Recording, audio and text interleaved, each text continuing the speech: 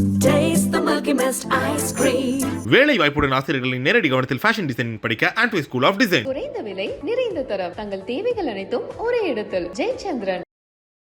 இந்த வருடத்திற்கான தகைசால் விருது பெற்ற மூத்த காங்கிரஸ் தலைவரான திரு குமரி அனந்தன் அவர்களை வாழ்த்த வயதில்லை வணங்குகிறோம்னு இப்போ பாராளுமன்ற உறுப்பினரான திரு விஜய் வசந்த் அவர்கள் தன்னோட நன்றியை தெரிவிச்சிருக்காரு. தமிழக அரசுக்கும் மாண்புமிகு முதலமைச்சர் திரு CM ஸ்டாலின் அவர்களுக்கும் எமது நன்றி அப்படின்னு இப்ப அவர் சொல்லியிருக்காரு. தமிழ்நாட்டிற்கும் தமிழினத்தின் வளர்ச்சிக்கும் மாபெரும் பங்காற்றியவர்களை பெருமைப்படுத்தும் வகையில தகைசால் தமிழர் என்ற பெயரிலான விருதை 2021 ஆண்டு முதல் தமிழக அரசால வழங்கப்பட்ட வருது. அந்த வகையில மூத்த தமிழறிஞரான குமரி அனந்தன் அவர்களுக்கு தகைசால் தமிழர் விருது வழங்கப்பட்டிருக்கு. இத்துடன் 10 லட்சத்திற்கான காசோலை பாராட்டு சான்றிதழும் வழங்கப்பட்டிருக்கு. இதுக்காக இப்போ பாராளுமன்ற உறுப்பினரான திரு விஜய் வசந்த் அவர்கள் மூத்த காங்கிரஸ் தலைவரான குமரி அனந்தன் அவர்களை வாழ்த்த வயதில்லை வணங்குகிறோம். தமிழக அரசுக்கும் முதலமைச்சர் CM ஸ்டாலினுக்கும் மீண்டும் எனது நன்றியை தெரிவித்துக் கொள்கிறேன்னு இந்த பதிவில் அவர் பகிர்ந்திருக்காரு. பிரசன்ஸை வந்து அந்த ஃபீல்டில் காட்டிக்கணுன்ற ஒரு எண்ணம் இருந்துகிட்டே இருந்தது. அதுதான் தவிர வந்து நம்ம ஒரு பெரிய ஸ்டார்டம்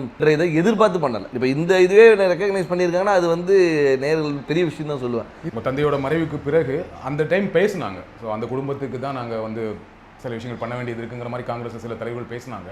ஸோ எளிமையாக நடந்துருச்சு அவங்களுக்கு இந்த சீட் வந்தது இல்லை அப்படின்னு நம்ம சொல்ல முடியாது. ஏன்னா வந்து அதாவது அப்பாவுடைய தொண்டு காங்கிரஸ் கட்சிக்கு பார்த்திங்கன்னா வந்து ஈடு கொடுக்க முடியாத ஒரு தொண்டு. கட்சிக்கு மட்டும் இல்லை, மக்களுக்கும் சரி, சமுதாயத்துக்கும் சரி, அதே மாதிரி வந்து வியாபாரிகளுக்கும் சரி. ஸோ அவங்களோட ஜேர்னி வந்து ஒரு பெரிய ஜேர்னி. அவங்களுடைய கனவு ஃபுல்ஃபில் ஆனது 2019 ஒரு MP ஆகி அவங்களுடைய அந்த டேர்மை முடிக்க முடியாமல் அவங்க வந்து கொரோனாவால் பாதிக்கப்பட்டு இறந்துட்டாங்க. இதில் வந்து என்னென்னா வந்து அந்த டைமில் தான் வந்து எனக்கு வந்து அப்பாவோட கனவுகளை நிஜமாக்கணும். ஏன்னா அது வரைக்கும் இருக்கும்போது நம்ம ஒரு ஃப்ரண்ட் ரன்னராக இல்லவே இல்லை. நான் வந்து அரசியல்னாலும் அப்பா கூட நான் ஈடுபாட்டில் இருந்தேன். நான் ஃபஸ்ட்டு அப்பா மேயர் எலெக்ஷன்லேருந்து கேம்பெயின்ஸுக்கு போயிருக்கேன். அப்போ காலேஜ் ஸ்டூடெண்ட் நான். ஸோ அந்த மாதிரி நம்ம பிஹைண்ட் இதில் அப்பா இப்படி பண்ணலாமா அப்படி பண்ணலாமான்னு கன்னியாகுமரி வரும்போது நாங்கள் ரொம்ப இன்வால்வாக இருந்தோம். ஃபார் எக்ஸாம்பிள் பார்த்தீங்கன்னா வந்து நோவல் டாட்டா அவர்களை பார்த்து வந்து TCS கொண்டு வரணும்னு கேட்டோம். அதே மாதிரி ஒரு ஜப்பான் நிறுவனத்தோட வந்து கடல் சீற்றத்தை எப்படி பண்ணலாம்னு பேசினோம். அப்பா வந்து முயற்சி எடுத்து ஏர்போர்ட்டே வர ஃபீஸிபிலிட்டி இல்லைன்னு சொல்லும்போது ஒரு எக்ஸ்பர்ட்ஸை கூட்டு வந்து அவங்கள டெல்லி கூட்டு போய் வாங்கி எஸ் இஸ் ஃபீஸிபிள்னு சொல்லி ஃபஸ்ட் ஃபேஸ் பண்ணி செகண்ட் ஃபேஸும் ஓகே. ஸோ இந்த மாதிரி ஒரு விஷனோட போயிட்டு இருக்கும்போது திடீர்னு மறைந்த உடனே ஐயோ அது பண்ண வேண்டிய கடமை நம்மளுடைய கடமைன்னு நான் சொல்லுவேன். ஒரு தந்தையை விட்டு போன பணிகளை மகனாக செய்ய வேண்டியது. அது குடும்ப ரீதியாகவும் சரி, வசந்தன் கோவாக இருந்தாலும் சரி, சமூக பணியாக இருந்தாலும் சரி, வந்து இது எனக்கு செய்ய வேண்டிய கடமைன்றது எடுத்து உங்களுக்கு அந்த கடமையாக அதை நம்ம பண்ணணுங்கிற ஒரு ஆசையும் கடமையும் இருக்குது. பட் கட்சிக்குள்ளே அதை முழுமையாக ஒத்துக்கிட்டாங்களா? கட்சிக்குள்ளே வந்து முழுமையாக ஒத்துக்கிட்டாங்கன்னா நான் வந்து மறைந்த பின்பு நான் உள்ளே வரல. அதுக்கு முன்னாடி பார்த்து AICC மெம்பராக இருந்திருக்கேன், ஆர்ப்பாட்டங்கள் கலந்துருக்கிறேன், நிகழ்ச்சிகளில் கலந்துருக்கேன். ஏன்னா அப்பா ஃப்ரண்ட் ஹேண்ட் இருந்தாலும் நம்ம தெரியல. நிறைய பேர் கேட்டாங்க நீங்கள் கட்சியில் என்ன இருந்தீங்க சார், நான் இதில் இருந்த பாருங்க அப்படின்னு ரெஃபரன்ஸ். ஓகே நீ இருந்திருக்கீங்களான்னு ஒரு இது வந்து இப்போ அப்பா மறைவு பின்பு வந்து நம்ம தெரிஞ்ச உடனே ஒரு லைம் லைட்டில் வந்த மாதிரி. நடுவில் கார்த்தி சிதம்பரம் அவர்கள் கன்னியாகுமரி தொகுதிக்கு வந்து பிரியங்கா காந்திக்கு விருப்ப மனு கொடுத்தாரு இல்லையா? அப்போ எப்படி இருந்துச்சு அது? அப்போ எனக்கு என்ன தோணுச்சுன்னா, ஓகே கட்சிக்குள்ள அதுக்கு முன்னாடியே பேசிட்டு இருந்தாங்க, விஜய் வசந்துக்கு தான் தொகுதி கொடுக்க போறாங்க அப்படின்னு பேசிட்டு இருக்கும்போது இந்த ஒரு நிகழ்வு நடந்தது. கட்சிக்குள்ள அப்போ ஒரு சப்போர்ட் இல்லாமல் இருக்கும் அப்படி. அதாவது அதுக்கு தான் பேர் விருப்ப மனுன்னே வச்சிருக்காங்க. அவங்க விருப்பப்படுறவங்கள வந்து இது பண்ணுறது தான் விருப்ப மனு வச்சிருக்காங்க. ஏன்னா வந்து அப்பா போட்டியிடும் போது ராகுல் காந்தி அங்கே போட்டியிடும் சொல்லி விருப்ப மனு கொடுத்தவங்களும் இருக்காங்க.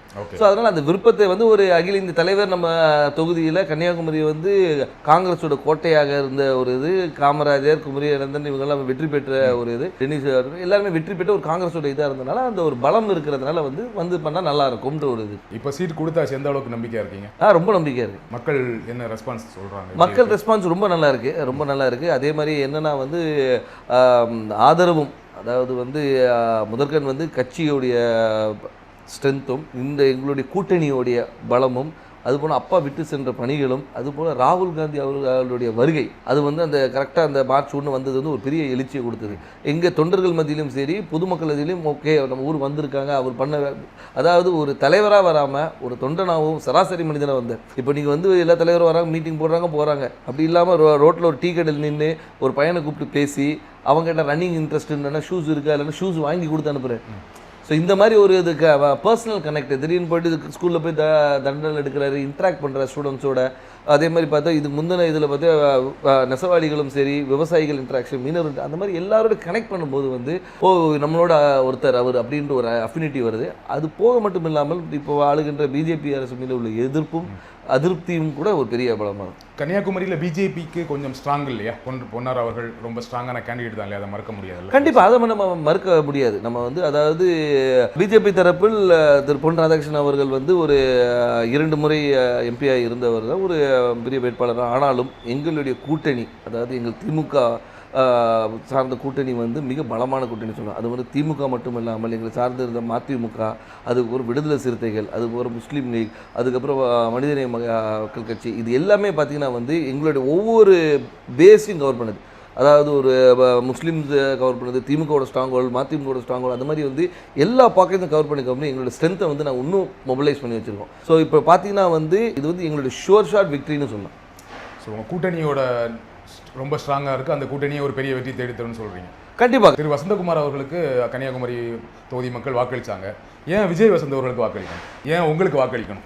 அதான் வசந்தகுமார் அவர்களுக்கு வாக்களித்தனால விஜய் வசந்துக்கு வாக்களிக்கணும்னு நான் சொல்ல வரல. ஆனால் ஒரு காங்கிரஸ் வேட்பாளராகவும் அதே மட்டுமல்ல வசந்தகுமார் அவர்கள் வந்து இந்த மக்களுக்கும் கன்னியாகுமரி மக்களுக்கும் பல துண்டுகளை செஞ்சுருக்காங்க. அது விட்டு போன பணிகளை வந்து அவர் மகன் செய்வார் என்ற ஒரு நம்பிக்கை அவங்களுக்கு இருக்குது. அது மட்டும் இல்லாமல் வந்து நான் வந்து ஒரு வாரிசாக வந்து நேராக போயிட்டு வந்து நான் நேராக டெல்லியில் இங்கேயும் போய் வரல. அடுத்த நாளே மக்களை சந்தித்தேன், மக்களோட இருந்தேன், எல்லா நிகழ்ச்சிகளை கலந்து கொண்டு எல்லாரோட நிறை குறைகளை கேட்டுட்ருக்கோம், மக்களாக இருந்தோம். அது ஏன்னா எடுத்தவொன்னே அக்செப்ட் பண்ணிக்க மாட்டாங்க.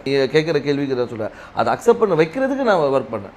ஸோ அதனால் வந்து அப்பாவுடைய இடத்தை வந்து மகன் வந்து நிரப்பார் என்ற நம்பிக்கையை அவங்களுக்கு கொடுத்தேன். அந்த நம்பிக்கையை வந்து எல்லார் மேலேயும் பெருசாகவே இருக்குது. அதனால் வெற்றி வாய்ப்பு ரொம்ப நல்லா இருக்குது. குமரி மாவட்டத்தில் வரீங்க, ரொம்ப படித்த மாவட்டம், ஆனால் அங்கே நிறைய பிரச்சனைகளும் இருக்குது. அதை கரெக்டாக ஐடென்டிஃபை பண்ணியிருக்கீங்களா? என்னென்ன திட்டங்கள் வச்சுருக்கீங்க? கண்டிப்பாக. அதாவது வந்து நீங்கள் கன்னியாகுமரியை பொறுத்த வரைக்கும் பார்த்தீங்கன்னா வந்து இந்த மிக்ஸ் ஆஃப் ஆல்னு சொல்லலாம்.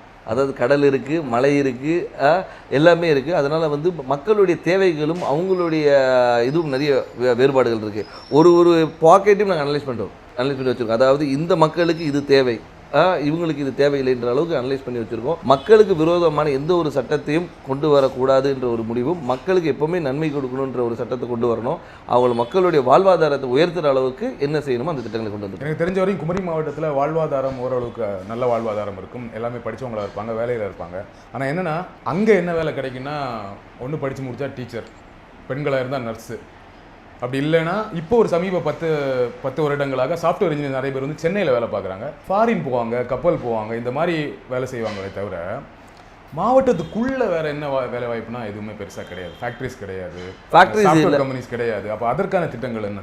அதற்கான திட்டங்கள் நிறைய கொண்டு வர திட்டங்கள் நிறைய இருக்குது. ஏன் சொல்லிங்கன்னா வந்து நீங்கள் சொல்கிற ரிக்குவயர்மெண்ட்ஸ் மட்டும் பார்த்தீங்கன்னா வக்கீல்களும் நிறைய இருக்காங்க, டாக்டர்ஸ் நிறைய இருக்கிறாங்க. நீங்கள் சொன்ன அது நர்ஸ் டாக்டர்ஸ். அது மட்டும் இல்லாமல் வந்து லிட்ரஸி ரேட் அதிகம் இருக்கிறதுனால வந்து இவங்க பல இடங்களில் ஸ்ப்ரெட் பண்ணியிருக்கிறாங்க. ஸோ அது மாதிரி தொழிற்சாலைகளை கொண்டு வரது வந்து ஒரு சில பாக்கெட்டில் கொண்டு வரலாம். நீங்கள் பார்த்தீங்கன்னா நீங்கள் தொழிற்சாலைகள் வந்து ஒரு இடத்துல அதே மாதிரி கடற்புற கதை வந்து டெவலப் பண்ணுறது என்னென்ன கொண்டு வரணும். ஸோ தொழிற்சாலை கொண்டு வருது. அதனால் வந்து ஒவ்வொரு ஊர் இப்போ பார்த்தீங்கன்னா ரப்பர் ஃபேக்ட்ரி இருக்காங்க, ரப்பர் ஃபேக்ட்ரியை வந்து நம்ம டெவலப் பண்ணலாம். ஸோ வந்து அது மாதிரி தொழிற்சாலை நிறைய இருக்குது. அதே மாதிரி வேலைவாய்ப்பு திட்டங்களும் நிறைய கொண்டு வரலாம். நம்ம என்னென்னா நம்ம மக்கள் என்னென்னா இங்கே இருக்கிற மக்கள் எல்லாமே பாதி பேர் வெளியே தான் இருக்கிறாங்க. இப்போ இந்த கொரோனால தான் நமக்கு தெரிஞ்சு பாதி பேர் ஊரில் இருக்கும். இவ்வளோ பேர் வந்து நம்ம ஊரை சார்ந்தவங்க இந்த தமிழ்நாடு முழுக்க இருக்காங்க தெரியுது. Taste the Milky Mist ice cream. வேலை வாய்ப்புடன் ஆசிரியர்களின் நேரடி கவனத்தில் ஃபேஷன் டிசைன் படிக்க ஆண்ட்வே ஸ்கூல் ஆஃப் டிசைன். குறைந்த விலை, நிறைந்த தரம், தங்கள் தேவைகள் அனைத்தும் ஒரே இடத்தில். ஜெயச்சந்திரன்.